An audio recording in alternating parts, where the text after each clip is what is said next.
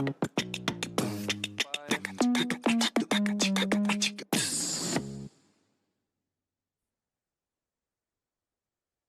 everyone. Good morning, good afternoon, good evening, wherever you're tuning in. My name is Mina. I'm a strategic consultant, future thinker, and leadership coach. I serve on the board of the News Product Alliance, where we think about the future of product with regards to journalism. And I'm a senior civic media fellow at the USC Annenberg School of Journalism and Communications. We're really excited to welcome you here to talk about a great topic that's dear to my heart and something I've been super curious about. Today, we live with a lot of verses. We have the metaverse, we have the multiverse, we have Vans versus Converse, and today we're going to get versed in the Fediverse. What are its greatest opportunities and limitations? What is the public square of the future? Do we even need a singular public square? And who's going to build it? Joining me on the panel are four illustrious thinkers and builders in this space. We have 40 minutes, so I encourage you to read their full bios online, but I'll do some very brief introductions. So first we have Steve Teixeira, he, him, CPO at Mozilla Corporation. Anouk Ruhaak, she or they, digital governance researcher and designer. Darius Kazemi, senior software engineer at Meedan, where I used to serve as COO, by the way. Works, Darius I've known forever and who's worked on federated, decentralized social media for as long as I've known him. And Tarunima Prabhakar, she, her, researcher and co-founder of Tattle. Super excited to chat today with all four speakers. And before we begin, just again, a reminder, it's a 40-minute session. So we'll end at 40 past the hour if you're for most time zones, and it's going to move quickly. So we're taking questions for the panel in real time. If you're watching on the MozFest Plaza, YouTube, or LinkedIn, you can submit your questions there, and MozFest staff are going to be tuning in and channeling questions over to the team. And you can tweet at Mozilla Festival with the hashtag dialogues and debates. If you're on the Fediverse, you can toot about the conversation. And for those in attendance live, you can stick around for a few minutes afterward as well. So without further ado, I'd like to just jump straight into the questions. And the first question really is for Darius. So Darius, you've been working in the Fediverse for years now, and it feels like the conversation has changed significantly in the past year. So can you define the Fediverse for lay people, one, and why you think we've hit a tipping point this year? And extra credit if you never once use a billionaire's name. Thanks. I'm very happy to be here, and I would define the Fediverse as it's a constellation of websites that can all talk to each other, and they all use this similar protocols. In this case, mostly ActivityPub. They're open protocols, and it allows users on all these websites to communicate with each other, and that's pretty much it. The website could look like a blog. The website could look like a Twitter clone. The website could look like anything in the world, as long as it uses this protocol to talk to other accounts on other websites. In terms of why has it gained in prominence? So yeah, people are, for many different reasons, are fed up with Twitter, for example. Mastodon is an example of some rather mature Fediverse software that's been developed for quite a long while and has a very nice user experience and is meant to be kind of a drop-in Twitter replacement. So it's an easy onboarding for people who are leaving Twitter as of end of last year. Great, and that's something I think we'll want to talk about is kind of the onboarding process. But before we do that, I want to talk a little bit about governance and safety. So jumping over to Anouk. I often hear the argument that the decentralization is a great thing for privacy on the web and for power imbalances. At the same time, I also hear the argument that by breaking up the web, it's going to make it difficult to maintain a coherent public square and a coherent set of governance principles. And so what are the opportunities you see for governance and safety with regards to the Fediverse? Yeah, that's a great question. I think when we talk about decentralization, we tend to conflate a whole bunch of different things. So the question really is, what are we decentralizing and how are we going about it? Are we looking at it purely to decentralize the technology and the protocol layer so that we can all spin up our own version of the website or of the platform? Or are we looking to decentralize how that platform is moderated, which is a completely different challenge? Are we looking to decentralize where the data is stored? And so, for instance, by giving everyone their own data store, or are we more interested in decentralizing who benefits from data sharing, from the platform, for instance, through profit sharing. So these are just some examples, but depending on where we land with this one, we will actually have distribution of power, and the governance challenges for each of these are completely different.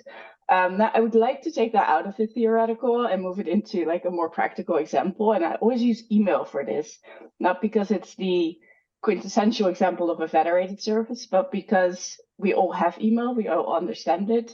And email is a federated protocol. It's decentralized on the technology layer, and it's also interoperable. So what that means is I can start my own email server. I can become my own Gmail, for instance, and can still send emails to other platforms as well. So it's a bit similar to Mastodon in that way. Now, so far so good, but the problems here start mostly around spam, right? Like anytime people can send messages to other people kind of freely, spam tends to occur.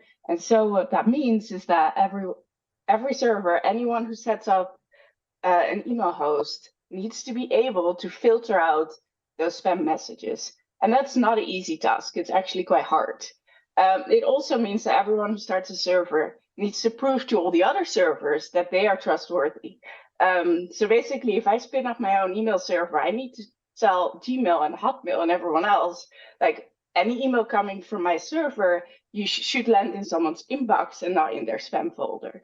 And again, these are hard problems. And these are not just problems to do with decentralization, right? Like we see similar moderation problems on large centralized platforms, for example, on Twitter.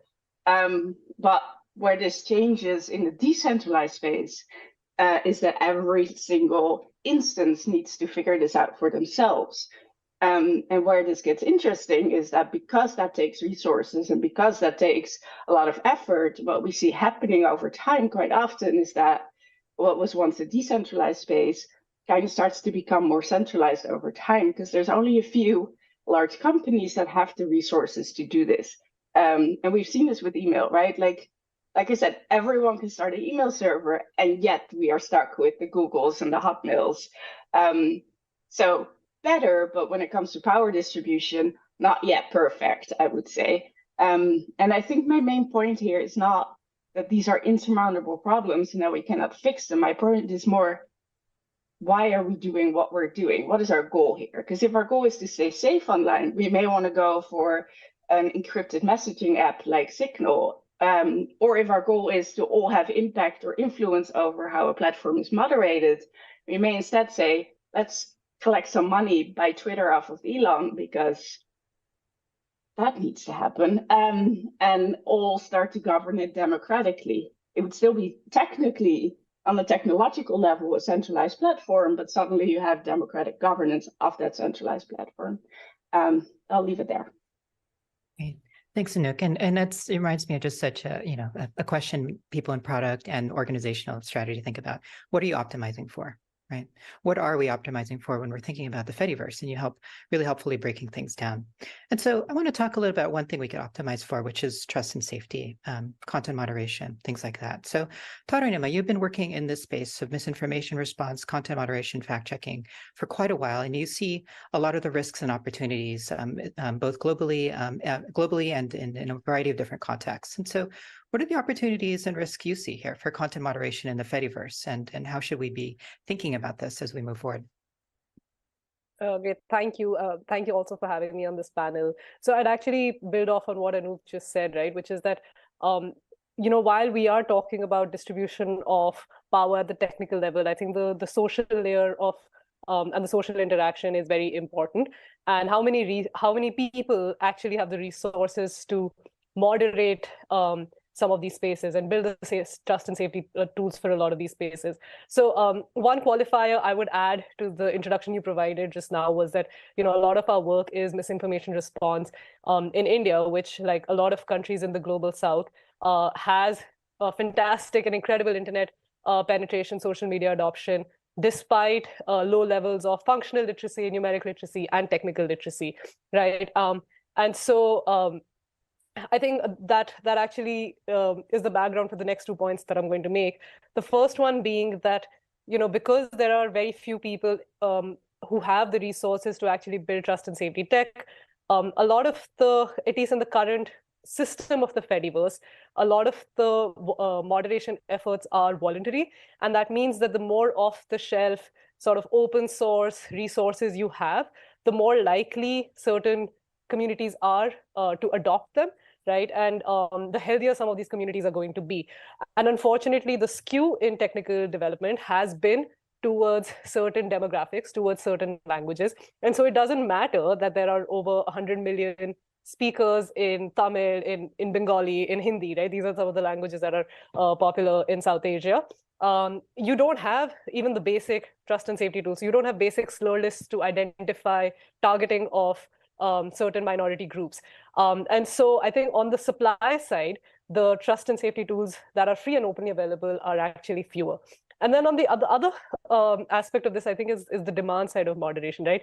And this is me reflecting on just what we have seen of community formation on, well, I'm going to take the example of WhatsApp, in that it's not a federated system, but it is, and it's different from federated networks in very consequential ways. But I think it is meaningfully similar in that it is allowing people to select into communities where you have certain people who are acting as admins and as acting as moderators of these spaces.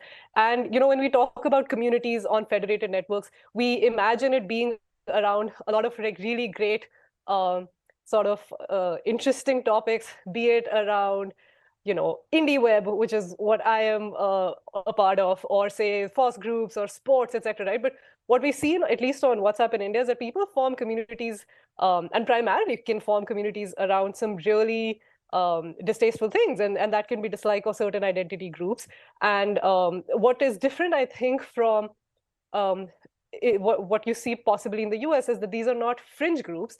This is often the mainstream, right? And so you often have people who come from very elite institutions, very educated folks who will actually be spearheading some of these communities.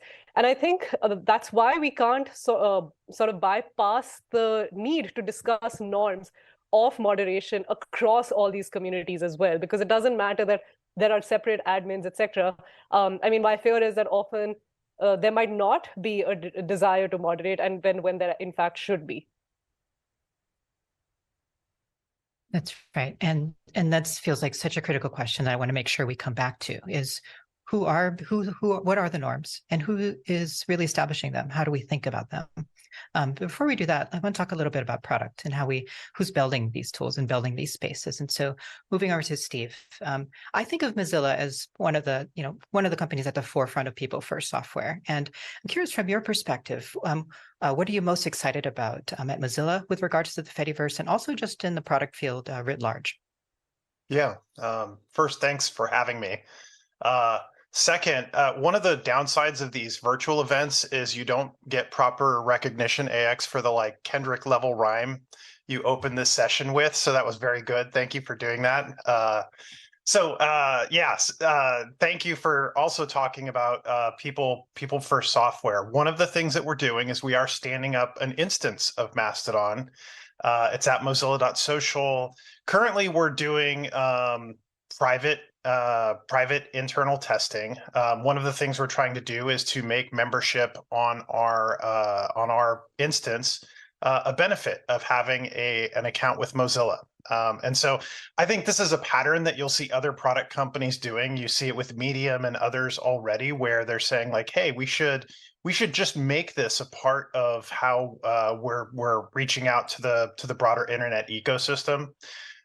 What we hope to be able to do is just, bring some of our experience with large scale open source projects, bring some of our, modest resources to come and help, and just sort of show up. I the metaphor in my head is this is a big virtual barn raising.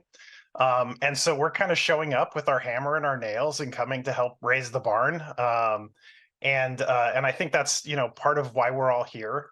I was thinking about just listening to the other speakers, this idea of people first, and also this notion of like how you optimize.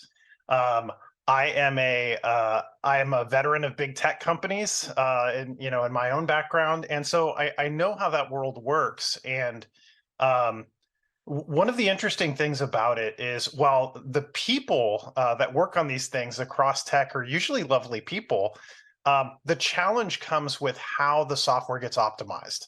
And typically the software is optimized for growth. It's either growth in DAO or MAU, daily or monthly active users, or it's growth in revenue. And so even when you have the most best altruistic intention, when you're measuring your own progress on, am I growing, there will be consequences to growth as the primary optimization function. And so I do believe in the measure or what matters sort of ethos. The question is, in the Fediverse in particular, are there different optimization functions that we can choose to measure? Can we choose to measure healthy growth? Can we choose to measure healthy discourse? Can we choose to measure inclusion? And can we make these more important things than the number of users or the amount of money that a company happens to be bringing in? I think we can. That's part of how we've behaved as a company for nearly 25 years now. And so that's part of what I'm really excited about helping with. I'm also really excited, the Fediverse is having a moment, which is awesome, but also consider that we're not even 1% through this journey. We are literally on the very, very leading edge of this journey. And so there's all kinds of awesome to come that is part of what I'm excited about. Great, thanks so much, Steve. And that's, I think, this question around metrics is such an important one. I think a lot about, makes me think of people who put on their bios, oh, I have X million followers on TikTok. What would it look like to have different metrics? I created this much safety in the space, or this much community, right? And so kind of moving to open the floor. I have a question for everybody, and kind of building on this idea of email, open protocols, safety, is the switching costs here. So many of us have invested time and energy in building communities in different spaces, whether that's WhatsApp, Twitter, LinkedIn, email, wherever that is. And so there seems to be there's at least two switching costs with thinking about the Fediverse. One is your network. How do you actually get your network there moving, especially if they're not digital first, to think about the Fediverse, to even think about it as a place that is usable, accessible, and exciting for them? And then two, there's also the technical aspect of it, right? There's the side of it that that can feel intimidating. As so many of you have mentioned, there is this optimization, there is this kind of trend towards centralized companies, part of which is that those companies have the resources to do the research around UX, to do the marketing, et cetera. And so this can all be daunting. And so super curious for general thoughts here on how we can think about some of the switching costs, and how do we make the Fediverse kind of open and accessible for folks who may not be thinking about tech first and foremost. So I love this question, and this almost feels like a setup, but this is the exact question that I was looking into during my Mozilla fellowship 5 years ago. I spent a year researching this and thinking about it, and the ultimate output of that was a website you can still go to today called runyourown.social, and it's not for everyone. I'm not saying everyone needs to run a server or anything like that, but I do think that communities should. There are always technical experts inside of communities, right? Not everyone in the US knows how to fix a car, but we all have a car mechanic somewhere in our community that we can go to who will fix our car for us.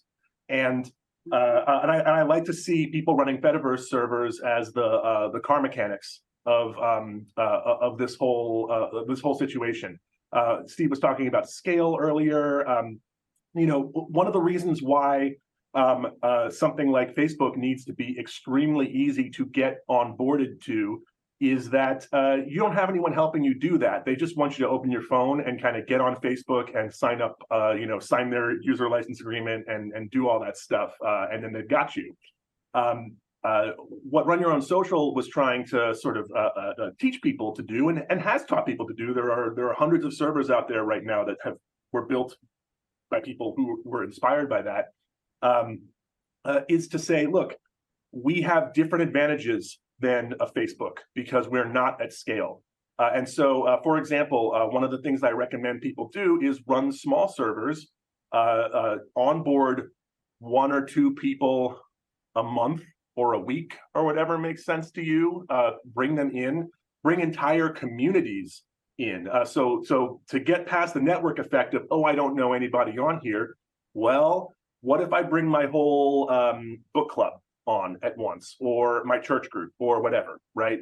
And we all start our own little server together. And this is on that administrator who's sort of the auto mechanic of the group, to get everybody to do. And I think it's that administrator's job to sit down with people and show them how to work this thing. When I onboard people to my server, I do a 1-hour Zoom call with every new person, and I ask them, what do you have problems with? What's your, what are your questions, right? Like I go through every element of the user interface with them, unless I know that they're technical already, in which case I'll jump to less technical questions that they might have about the social norms and things like that. And when you sign up on Facebook, you don't get Mark Zuckerberg sitting down next to you saying, here's how to use it, right? But you can get that on hopefully a nicer situation than Mark Zuckerberg being there, I like to think. But you can get someone to sit down with you and show you how to use the thing. So it's almost like like you don't come into playing a board game with your friends knowing how to play, right? Someone sits down with you and like shows you and walks you through everything, and then you get used to it, and then now you know how to play that board game with everyone, right? So Run Your Own .social website I'm talking about, that was built with the support of the Mozilla Foundation, which was awesome. So check it out, everyone. I think it's still relevant 5 years later, and that's my answer to these questions, is that like we need to embrace the advantages of not being scaled. Yeah, maybe I'll jump in here as well. We've seen these migrations before. To hit the other part of this question, as new platforms emerge and become increasingly popular, it starts with an and. You see the Twitter logo, and you see the Instagram logo, and you see the the Pinterest logo. Like, so as brands in particular, or businesses start to kind of hang out their where to find me on social media type of shingle, it starts with an and including Fediverse in that in that conversation. And the other part of this, I think, is we have some sets of tools to migrate our networks over from where they are to where we would like them to be, which I think is important. We've also seen certain platform providers make it more difficult to create and operate these tools using APIs, which is a challenge. And one of the things that I was thinking of that I think affects a lot of people is, not only do I want to move, like, find the people I follow on other places in the Fediverse, I want people that follow me to move. I also want to move things like my block list. Many of us have like lovingly curated block lists to keep trolls out of our timelines, and you kind of want that stuff to move with you too. It's not just the followers followees graph, but it's also like the way that we've helped ourselves remain safe and sane through years of social media. And maybe just one more point here, which is the ability to scale out trust across the network is super critical. And what I mean by that is, if you think about, I think email is a great example. I think DNS is another great example of all these sort of decentralized protocols. The web itself, the World Wide Web, is another example. All of them, if you think about it, scale toward oligopoly over time. All of these are examples of computer networks that end up having a very small number of companies, or not individuals, usually companies, that end up controlling a big chunk of these networks. in part because they're the ones that can afford to invest in trust. There's a reason why the Gmails and the Outlooks and, those instances are trustworthy, email relay systems, because, wow, those companies can really afford to do that. And so in order for the Fediverse, I think, to really break through, for all of us to kind of band together, again, the barn raising metaphor of how do we band together and help scale trust across the network so that it doesn't have to trend toward oligopoly in order for the entire network to be successul. I don't want to. Oh yeah, go ahead. Sorry, I don't want to dominate the discussion. I just want to very quickly inject that I think the nice thing about this network is we can federate these things as well. Like, I want to see trust signals federated as well, so that you can have a third party, sort of like, imagine if there was a third party thing run by a bunch of a cooperative or something that took the place of Gmail spam protections, right? Or the handshake agreements that you make between email operators. So. Yes. Yeah, it seems like this is part of a macro conversation around trust and scale. That is happening in all kinds of industries right now. The scale of organizations, of capitalism, of everything, that the Fediverse is really a part of this larger discourse. And I wanted to turn this over to Tarunima as well, given your experience with working directly with media communities and organizations. What has been your experience with thinking about the Fediverse and with the appeal of the Fediverse and maybe the potential there? Yeah, I was actually, Darius, when you were talking about the car mechanic metaphor, I was thinking about the reality in India, right? Which is that often people can't log into Facebook themselves. They'll go to like a shop where the person will help them, log into Facebook. I mean, that's also, even that friction sometimes seems too high to surmount, right? And so I think we are so many steps away from people, the Fediverse being that accessible that, say, one person, or there are enough car mechanics to go around for all the cars in the country, in the community, right? So I'm not saying that we won't get there. I back your idea. I think it's the reason or the motivation for this question was also because we have spoken to certain grassroots and gender rights organizations that we worked with, right? And we've asked them, if we set up a Mastodon server, would you move? And I think one of the things they've said is that just because they're fighting so many battles on so many different fronts, it's not something that they want to prioritize. And we've said that we'll like do the training sessions, we'll set up the infrastructure, all of that, right? And that's not to say they won't do it 1.5 years from now or 2 years from now, right? But I think these are people who care about their safety, and yet they have so many competing priorities. So I just think the reality is, a little bit more sober, and the success. I think, Steve, you've been saying we're at the beginning, but I feel like where I'm sitting, it feels like the adoption is far more niche than it can seem from the 8 million users, I think, that there are on the Fediverse at the moment. Yeah, and that's something, this tension between scale and community, this tension between what are the metrics you're optimizing for, seems like a major theme in this conversation. I have a question for Anouk that I want to direct towards Anouk, but for anyone to answer. And it's a question from someone in the audience, Brandon Yee.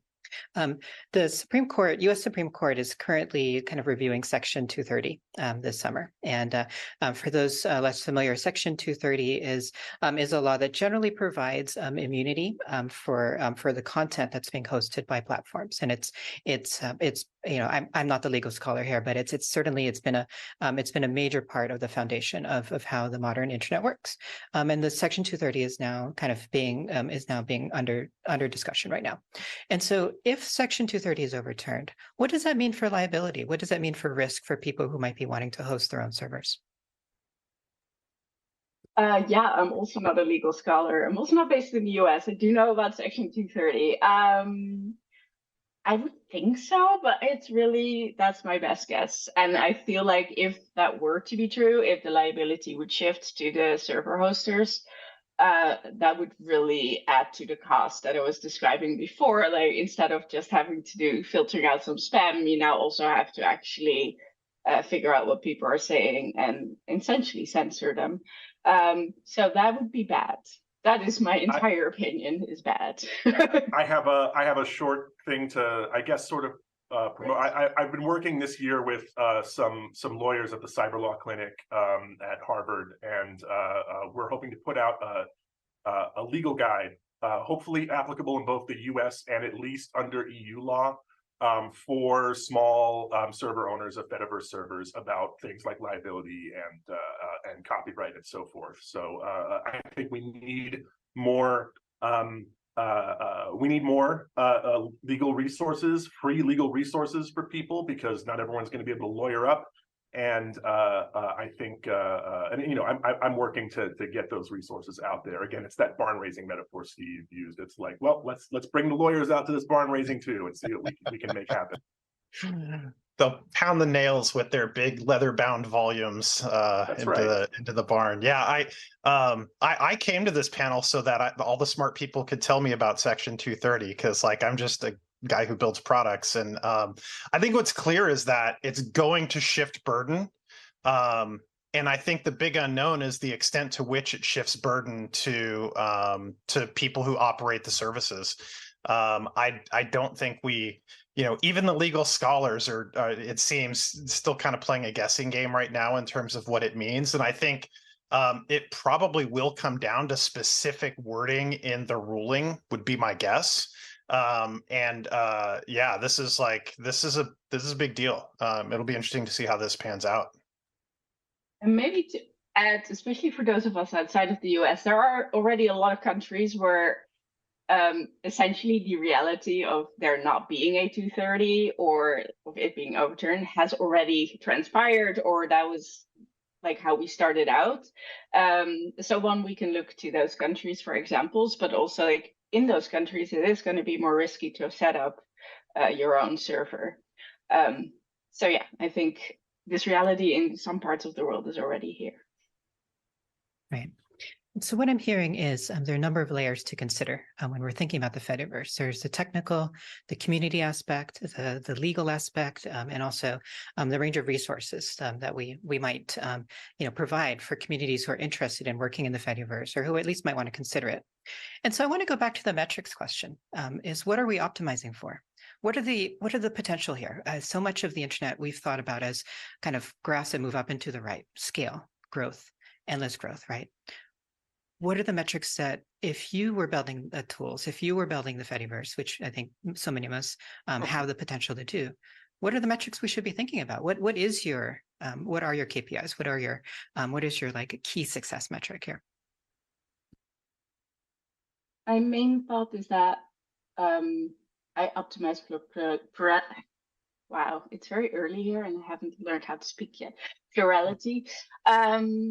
And what that means to me is that instead of us here as a panel deciding what we should optimize for, is to create a world in which different groups of people can optimize for what they find important. Yeah, I agree. Like when one time someone asked me when I was on a panel like this, someone asked me, "What do you do when someone on your server leaves? Or what they become inactive? What happens?" And I'm like, well, I send them a text message and ask if everything's cool, like see if they're going through something in their life and how I can help. That's that's my stickiness metric for the server, you know. Yeah, I think that this idea that it depends on the goals of the entity operating the service is one of the interesting aspects of the Fediverse, that there doesn't have to be one optimization function to rule them all. That, you know, different corners of the Fediverse can have different optimization functions. There are some things that can be fairly empirically measured. I mean, one of the nice things about growth and revenue is like it's super easy to measure them. But you know, just because they're easy to measure doesn't mean they're virtuous to measure at all times. You can measure, for example, bias in machine learning models. So for example, when we get to the point where some services are operating curated feeds, which they will, we'll get there. And you know, can we make sure that those curated feeds are free of bias? I think in some ways anyway, you can measure the level of safety. You can measure the level of inclusion. Like some of these things are measurable either directly empirically from the data or via survey or getting the input from participants. Thinking about what other social media companies deal with, like dealing with complaints, takedown requests, etc., around hate and harassment, and like, hey, can we reduce that? If you're reducing the net number of people that are expressing discomfort, displeasure, then probably you're on the right track. And so these are some of the things that I'm interested in figuring out. Like, of course, we want to grow, but growth isn't the growth above all isn't the optimization function to seek. It's growth while being inclusive and while keeping the environment safe. I'm going to try a hot take short answer, which is that yes, while different communities can try different optimization functions, the one I would like tried out is the equivalent of a Gini coefficient for a community, right? The Gini coefficient is what is used to measure the level of income inequality in different countries. And so I want this to be like the antithesis of the influencer culture, where you're like in a community and you're trying to see how equal is the participation across all the community members. So that's my hot take answer. Of that, from influencers to confluencers, maybe this kind of a different way of thinking. And that's what I love about this discussion, is that maybe the Fediverse is opening up different ways of thinking. So much of discussions about the internet are, to me, philosophical, is how do we want to organize ourselves as humans? What do we want to prioritize? What are our values? And it seems like what I'm hearing is there's a potential that the Fediverse can allow us to rethink those values and think about them in kind of, as Anouk was saying, in concert with community and with plurality as part of the core principles. And someone from the audience also suggested is maybe another metric could be, can you make a living as online creators who've been making a living in other platforms? Can they continue to make a living on the Fediverse? Is it viable as a place for people to continue to build a livelihood, right? Whatever that looks like.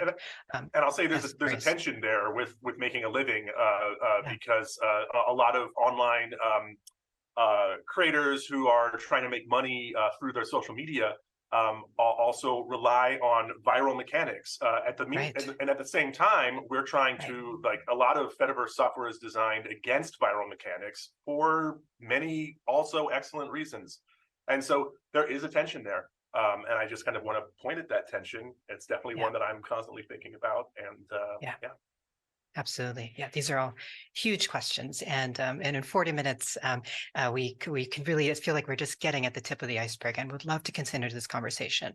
As we're coming to a close, I have a question just for each of you, is a practical one. So many of the people tuning in are considering the Fediverse. I've been looking at the Fediverse. I haven't joined, I have to confess. And so I want to understand from you all, what is one action you think our audience can take? One action to move forward from this panel as we think about the Fediverse and its relevance to our lives and our communities. Maybe we'll start. I'll go ahead and suggest an order. We'll go with to Steve, Tarunima, Anouk, and then Darius. Yeah, I would just say, come help us raise the barn. Come join us. The fact that if you're watching this presentation, if you're watching this panel, congratulations, you're an early adopter. Otherwise, you wouldn't be here. Being in that early adopter, early majority, it's perfect for you to come join, open up an account, or if the spirit moves you, then open up an instance on the Fediverse. But certainly start with an account and participate. Yeah, I don't have, my answer is not a lot different from Steve's, which is that, yes, if you're here and if you don't already have an account, go ahead and do that. It's not that difficult. And if you hit friction, ping any of us here. I think we're all fairly accessible and want everyone to join. So that would be my answer as well. Wonderful. Yes, Anouk. Yeah, exact same. Start tooting, basically, and just get on there. That's basically how I started. I just started sending some messages into what felt like outer space. And then you quickly start to notice that people are actually nicer and kinder, and the community is more communal. So don't just open an account, maybe also actually send out some toots. I'll second all of that, and then also say, if you're on here and you're already on the Fediverse and you have not read runyourOwn.social, I think you should go there and give it a shot so you can understand a little bit. Maybe you want to bring some friends on, carve out your own little space, and I think that's a resource that'll really help you out with that. Wonderful. Well, those are all wonderful suggestions. And what I'm hearing is learn by doing, build those communities, start out that software, start learning. The best way we're going to engage is to start raising that bar. And so I've had a grand in time. I don't know about you all, but thank you so much to Steve, Tarunima, Darius, Anouk, and thank you for tolerating my puns. I apologize. And just a huge thanks to everyone who's here, to Mozilla Festival, to those tuning in. We look forward to seeing you on the Fediverse, whichever Fediverse that you find yourselves in. And if you're lucky, we might also see each other in other multiverses as well. So thank you, everyone. Have a wonderful morning, afternoon, evening, and good night. And see you all in the future.